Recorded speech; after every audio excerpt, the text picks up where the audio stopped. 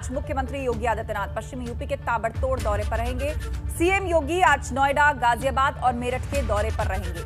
सुबह 9 बजे सीएम लखनऊ से नोएडा के लिए रवाना होंगे।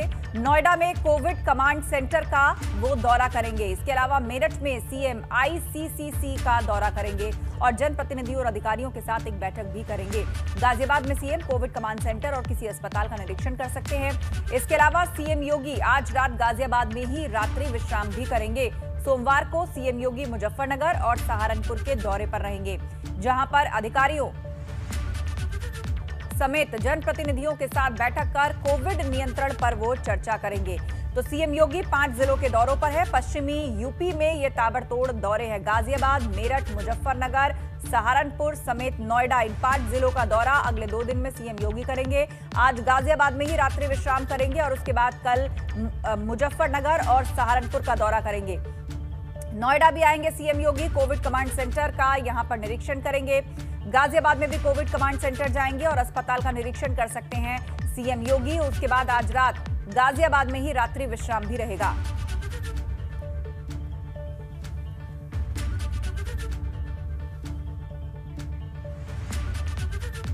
5 जिलों का मुख्यमंत्री योगी आदित्यनाथ का दौरा है और मिनट टू मिनट कार्यक्रम क्या रहने वाला है सिलसिलेवार आपको बताते हैं कि कब कहां पर कितने बजे पहुंचेंगे। देखिए, सबसे पहले 5 कालिदास मार्ग से अमौसी एयरपोर्ट के लिए रवाना होंगे सुबह 9 बजे। आज के दिन की बात है, सुबह 9 बजे रवाना होंगे। फिर 10:15 पर गाजियाबाद के हिंडन एयरपोर्ट पर वो पहुंचेंगे। उनका आगमन है 10:15 पर। 10:30 बजे बोटैनिकल गार्डन हेलीपैड नोएडा पहुंचेंगे। तो सबसे पहले नोएडा पहुंचेंगे, फिर 10:40 से 10:50 तक नोएडा में वैक्सीनेशन सेंटर का भ्रमण करेंगे, निरीक्षण करेंगे। नोएडा सेक्टर 16 में एनटीपीसी सभा कक्ष में आगमन 11 बजे एग्जैक्ट वो पहुंचेंगे। फिर सुबह, तो ये हम आपको नोएडा का जो उनका कार्यक्रम है वो बता रहे हैं। सुबह 9 बजे से कार्यक्रम शुरू होगा। 10 बजे से दोपहर 12 बजे तक नोएडा में जनप्रतिनिधियों के साथ एक बैठक भी है। दोपहर 12 बजे से 12:30 बजे तक नोएडा में ही अधिकारियों के साथ एक बैठक उनकी रखी गई है। अधिकारियों के साथ चर्चा करेंगे। एक मीडिया ब्रीफिंग भी होनी है 12:30 से 12:45 तक, एक 15 मिनट की मीडिया ब्रीफिंग। और किसी भी अस्पताल में जा सकते हैं, नोएडा के किसी हॉस्पिटल में निरीक्षण करने जा सकते हैं 12:45 के बाद। तो नोएडा से उसके बाद मेरठ पुलिस लाइन के लिए मुख्यमंत्री रवाना हो जाएंगे। नोएडा के कार्यक्रम 1:25 पर रवाना होंगे। तो ये नोएडा में कार्यक्रम और उसके बाद वो आगे अगले कार्यक्रम के लिए मेरठ रवाना हो जाएंगे। फिर गाजियाबाद मुख्यमंत्री को।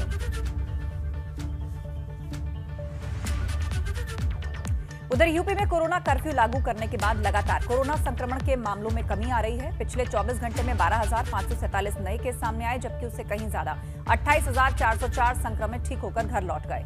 हालांकि दुख की बात यह है कि यूपी में 24 घंटे में 281 कोविड पॉजिटिव मरीजों की मौत भी हो गई।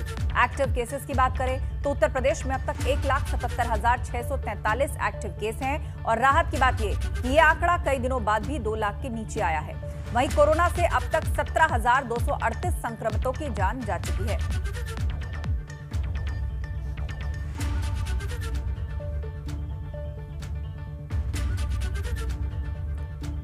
तो यूपी में कोरोना पर किस तरह से आखिर काबू किया जा रहा है। लगातार ग्राफ में गिरावट देखी जा रही है। 13, 14 और 15 मई 3 दिनों का डेटा हम आपको दिखा रहे हैं। लगातार गिरावट आप साफ देख सकते हैं। 15 मई को 12,547 मामले आए, तो ठीक एक दिन पहले 15,747 मामले आए और 13 मई को 17,775 मामले सामने आए। यानी 2 दिन के अंदर आई गिरावट को आप महसूस कर सकते हैं।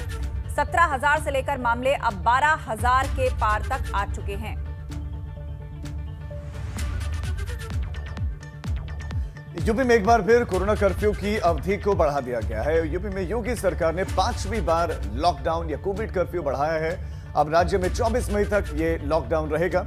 शनिवार शाम को मुख्यमंत्री योगी आदित्यनाथ ने कैबिनेट की बैठक की और कैबिनेट की बैठक में यह फैसला लिया गया।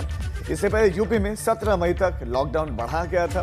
नई गाइडलाइंस में प्रदेश में सभी स्कूल, कॉलेजेस, कोचिंग संस्थान बंद रखने के निर्देश दिए गए थे, लेकिन बेसिक छोड़कर सभी शिक्षण संस्थाओं में 20 मई से ऑनलाइन क्लासेस शुरू हो जाएंगे। इस दौरान जरूरी इमरजेंसी वैक्सीनेशन सेवाओं पर पाबंदी नहीं रहेगी। लोगों को अस्पताल, राशन और मेडिकल स्टोर की सुविधाएं मिलती रहेंगी। तो समय अवधि एक बार फिर से बढ़ा दी गई है और अब आपको कब कब कोविड कर्फ्यू बढ़ाया गया वो हम सिलसिलेवार बता रहे हैं। 17 अप्रैल को पूरे यूपी में रविवार को पहले कोविड कर्फ्यू का फैसला लिया गया। 20 अप्रैल को शनिवार रविवार को कोविड कर्फ्यू का ऐलान किया गया, थोड़ा सा बढ़ाया गया। फिर 30 अप्रैल के दिन वीकेंड लॉकडाउन को एक दिन और बढ़ा दिया गया, इसमें एक दिन और जोड़ दिया गया। फिर 5 मई की बारी आती है, 5 मई को वीकेंड लॉकडाउन को बढ़ाकर 10 मई कर दिया गया। 9 मई की बात करें तो कोविड कर्फ्यू को फिर 17 मई तक के लिए बढ़ा दिया गया और एक बार फिर से अब इसे आगे बढ़ाते हुए 24 अप्रैल तक जो है 24 तारीख तक माफी कीजिएगा बढ़ा दिया गया।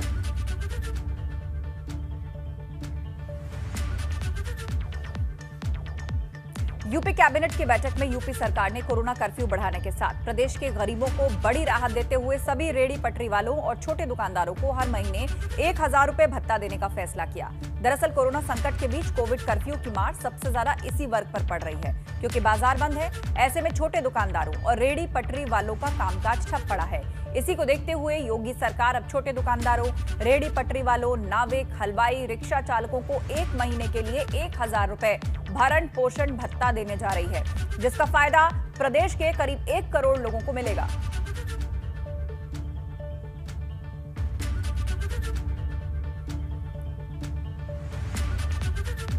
और इस बीच एक बड़ी खबर आपको देते हैं। ब्लैक फंगस से बचाव के लिए यूपी में इंतजाम शुरू कर दिए गए और ब्लैक फंगस के मामलों को लेकर मुख्यमंत्री योगी आदित्यनाथ ने निर्देश दिए हैं। सभी जिलों में ब्लैक फंगस के इलाज की सुविधा के निर्देश दिए गए हैं कि इलाज हो। एसजीपीजी निदेशक की अध्यक्षता में 12 डॉक्टरों की टीम गठित की गई है। आम जनता को जरूरी जानकारी और दवाइयां देने के निर्देश जारी किए गए हैं। तो इस वक्त की ये बड़ी खबर, ब्लैक फंगस की दस्तक और कई लोग संक्रमित इससे अस्पताल में अभी भी हैं। लखनऊ में कुछ लोग जिनका इलाज चल रहा है और ये भी एक संक्रमण है जो उतना ही खतरनाक बताया जा रहा है। ऐसे में मुख्यमंत्री योगी आदित्यनाथ ने निर्देश दिए हैं कि सभी जिलों में उपचार हो ब्लैक फंगस का।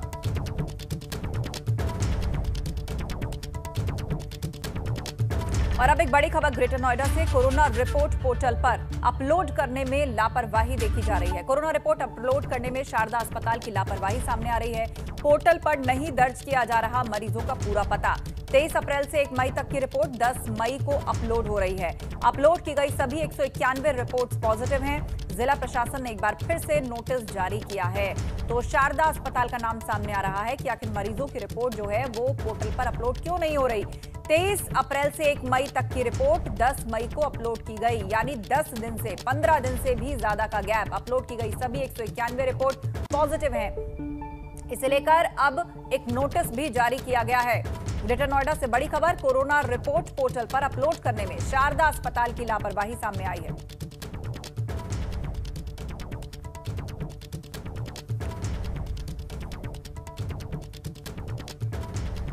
आरएसएस की तरफ से कोरोना को लेकर वर्चुअल कार्यक्रम का आयोजन हुआ। इस कार्यक्रम के आखिरी दिन संघ प्रमुख मोहन भागवत ने भी जीत का मंत्र दिया। उन्होंने कहा कि भारत को विश्व के सामने उदाहरण पेश करना है।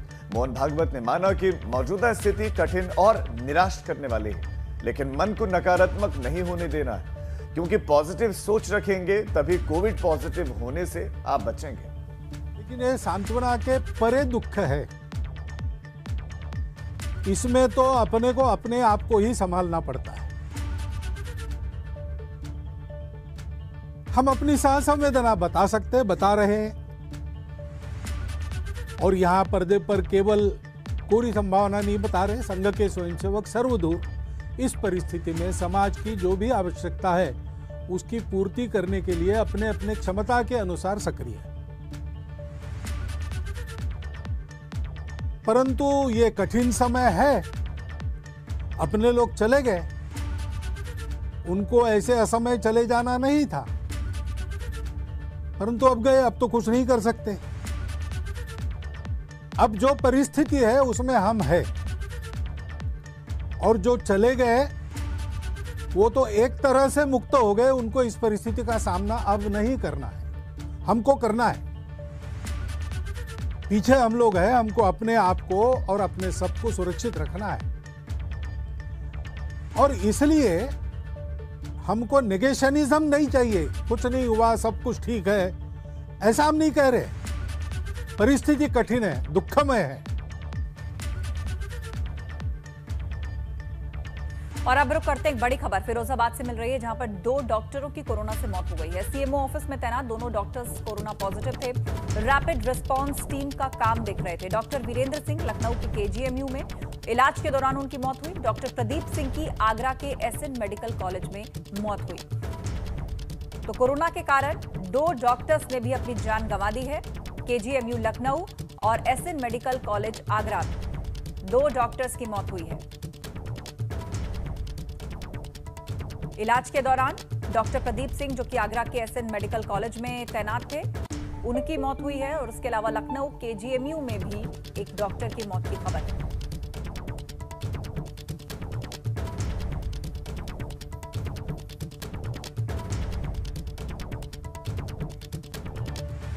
और अब बात फिरोजाबाद की, जहां बीजेपी के विधायक और सांसद आमने सामने। दरअसल 5 करोड़ रुपए की लागत से बने रेलवे ओवरब्रिज के बनने के बाद उद्घाटन को लेकर बीजेपी विधायक और सांसद आमने सामने हैं। भारतीय जनता पार्टी के सदर विधायक मनीष असीचा ने 12 मई को लॉकडाउन में रेलवे ओवरब्रिज का उद्घाटन किया था। उद्घाटन का भारतीय जनता पार्टी के सांसद चंद्रसेन जादौन ने विरोध जताया। उन्होंने कहा कि उद्घाटन प्रोटोकॉल के तहत नहीं हुआ।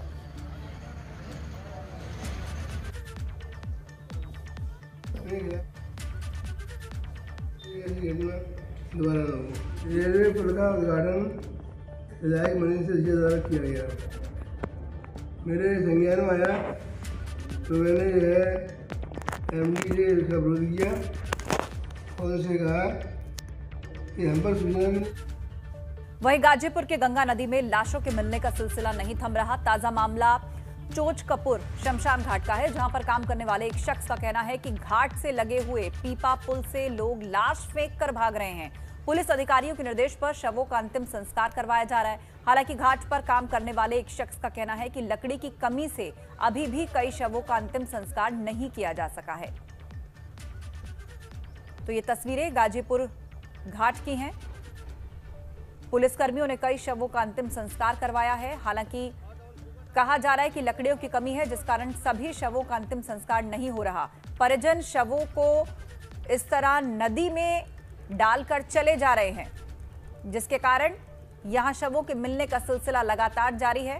पुलिसकर्मियों ने कई शवों का अंतिम संस्कार भी करवाया है। परिजन नदी में फेंक रहे हैं मौत के बाद शव। ये अपने आप में बहुत विचलित करने वाली खबर है। शवों का अंतिम संस्कार नहीं हो पा रहा है। लकड़ी की कमी बताई जा रही है, जिस कारण सभी शवों का अंतिम संस्कार अब तक नहीं किया गया है। हालांकि पुलिसकर्मियों ने कई शवों की अंत्येष्टि की है।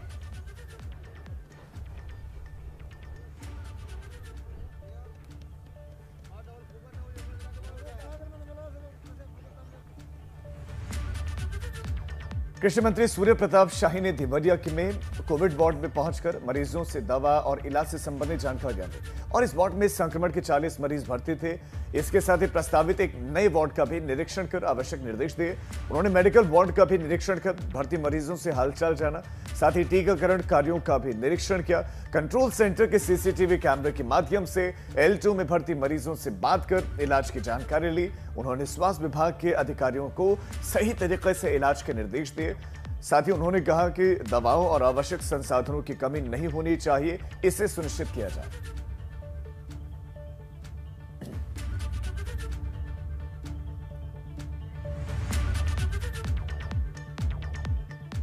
दीनदयाल उपाध्याय जंक्शन पर खड़ी ऑक्सीजन एक्सप्रेस पर लदे लिक्विड कंटेनर से ऑक्सीजन लीक होने से स्टेशन परिसर में हड़कंप मच गया।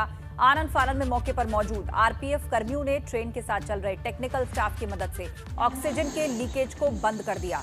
दरअसल झारखंड के टाटा से मुरादाबाद जा रही oxygen express Pandit Deendayal Upadhyay junction के प्लेटफॉर्म संख्या 3 पर पहुंची। इस दौरान ऑक्सीजन एक्सप्रेस पर लदा लिक्विड ऑक्सीजन कंटेनर से ऑक्सीजन लीक होने लगी और उसके बाद आरपीएफ की टीम एक्टिव हुई और टेक्निकल टीम की मदद लेकर लीकेज को बंद कराया।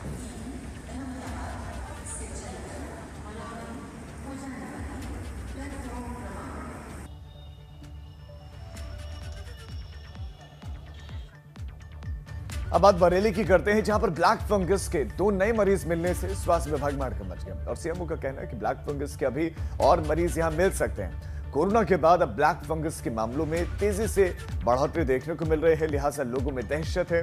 बरेली जिले में एक महिला और एक पुरुष की आंख में ब्लैक फंगस की पुष्टि हुई है। सीएमओ का कहना है कि कोविड में स्ट्राइड रेमडेसिविर का बहुत ज्यादा इस्तेमाल किया गया। ऐसे में ब्लैक फंगस के आने वाले दिनों में और ज्यादा मरीज बढ़ने की संभावना है। ब्लैक फंगस के मामलों पर अब जिला स्वास्थ्य विभाग रिपोर्ट बनाकर डीएम और शासन को भेजेगा। खबर अंबेडकर नगर से, जहां एक दिन में 17 डॉक्टर्स की कोरोना रिपोर्ट पॉजिटिव आई है और उससे हड़कंप मच गया है। अंबेडकर नगर महामाया राजकीय एलोपैथिक मेडिकल कॉलेज में कोरोना संक्रमण के मामले सामने आए हैं। आपको बता दें कि पिछले 3 दिनों में अस्पताल में 58 डॉक्टर्स और कर्मचारियों की रिपोर्ट पॉजिटिव आई है, जिसका असर अब मरीजों के इलाज पर भी पड़ रहा है।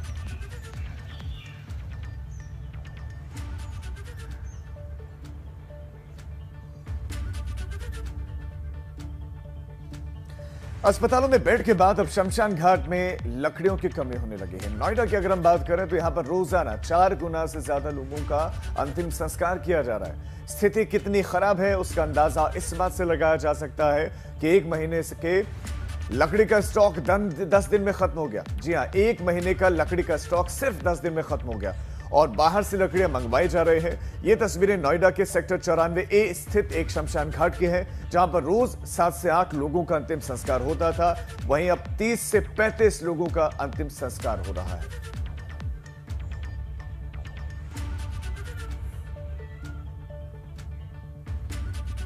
पश्चिम बंगाल के दुर्गापुर से शुक्रवार की देर रात चली पहली ऑक्सीजन एक्सप्रेस कल दोपहर 12 बजे गोरखपुर क्षेत्र के नकहा रेलवे स्टेशन पहुंची। 2 कंटेनर्स में 40 मीट्रिक टन ऑक्सीजन को लाने के लिए ग्रीन कॉरिडोर बनाया गया। ऑक्सीजन को गोरखपुर लाने में 12 घंटे का वक्त लगा। इससे यहां पर ऑक्सीजन की उपलब्धता को सुनिश्चित किया जा सकेगा। इसके साथ ही कोविड-19 के जिन मरीजों को ऑक्सीजन की दिक्कत हो रही है उसे भी पूरा किया जा सकेगा।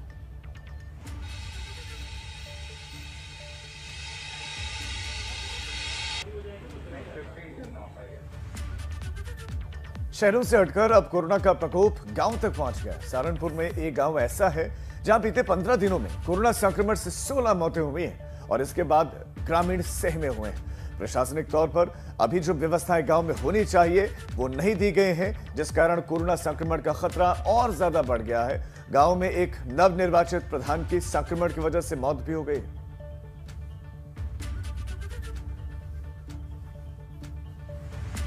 संक्रमण का खतरा गांव तक। झांसी में कार और बाइक की टक्कर हो गई। सीसीटीवी कैमरे में ये पूरी घटना रिकॉर्ड हो गई है। इसके बाद युवकों ने कार ड्राइवर की बेरहमी से पिटाई भी कर डाली। पूरा मामला थाना सीपरी बाजार इलाके का है। यहां पर शादी समारोह से लौट कर आ रही गाड़ी की मोटरसाइकिल से टक्कर होने के बाद युवकों ने गाड़ी को क्षतिग्रस्त कर दिया। इतना ही नहीं, हमलावर ने कार के ड्राइवर को कार के अंदर खींचा और उसकी जमकर पिटाई की। ये तस्वीरें सीसीटीवी की है जिसमें ये पूरी घटना कैद हुई है और आप देख सकते हैं कि कैसे कुछ लोगों ने मिलकर बेरहमी से इस कार सवार को पीटा है। बाइक और कार की टक्कर हुई। युवकों ने कार ड्राइवर की जमकर पिटाई की। शादी समारोह से लौट रहा था ये शख्स और रास्ते में बाइक के साथ इसकी भिड़ंत हुई और जिसके बाद कुछ लोगों ने घेर करके इसे बुरी तरह पीटा। मुजफ्फरनगर में शुक्रवार को यह सड़क हादसा हुआ और सड़क हादसे में 3 युवकों की मौके पर ही मौत हो गई, जबकि 2 युवक घायल हो गए। अब सोशल मीडिया पर वीडियो वायरल हो रहा है जिसमें कार सवार 5 युवक तेज आवाज में गाने बजाकर गाड़ी में झूम रहे थे। वायरल वीडियो में पीछे की सीट पर बैठे 3 युवक दिखाई दे रहे हैं, जिसके बाद यह हादसा हो गया। इस घटना के बाद पुलिस को सूचना दी गई और पुलिस ने घायलों को इलाज के लिए अस्पताल में भर्ती करवाया।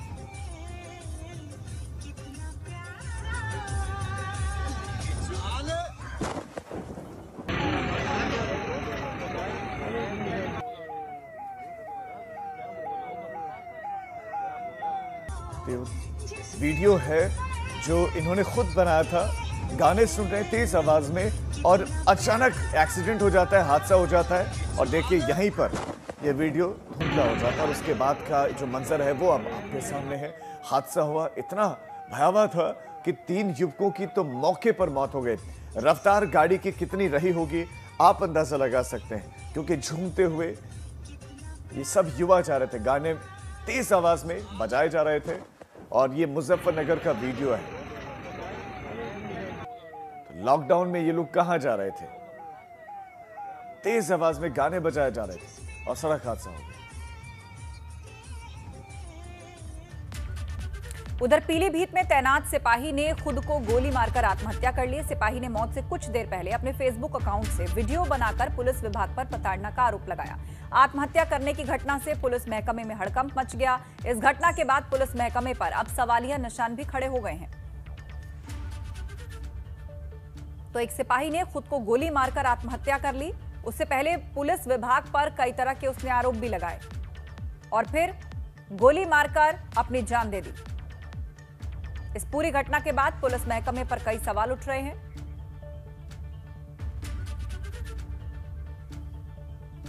महाराजगंज में गांव में 10 साल के नाबालिग से सामूहिक दुष्कर्म का मामला सामने है और दुष्कर्म का आरोप उसी गांव के रहने वाले 3 लड़कों पर है। पीड़िता और तीनों आरोपी सभी नाबालिग हैं।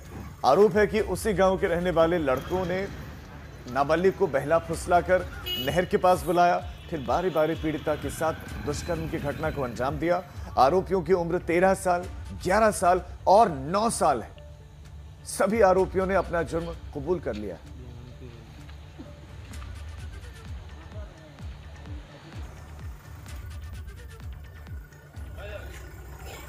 हट जाओ भाई।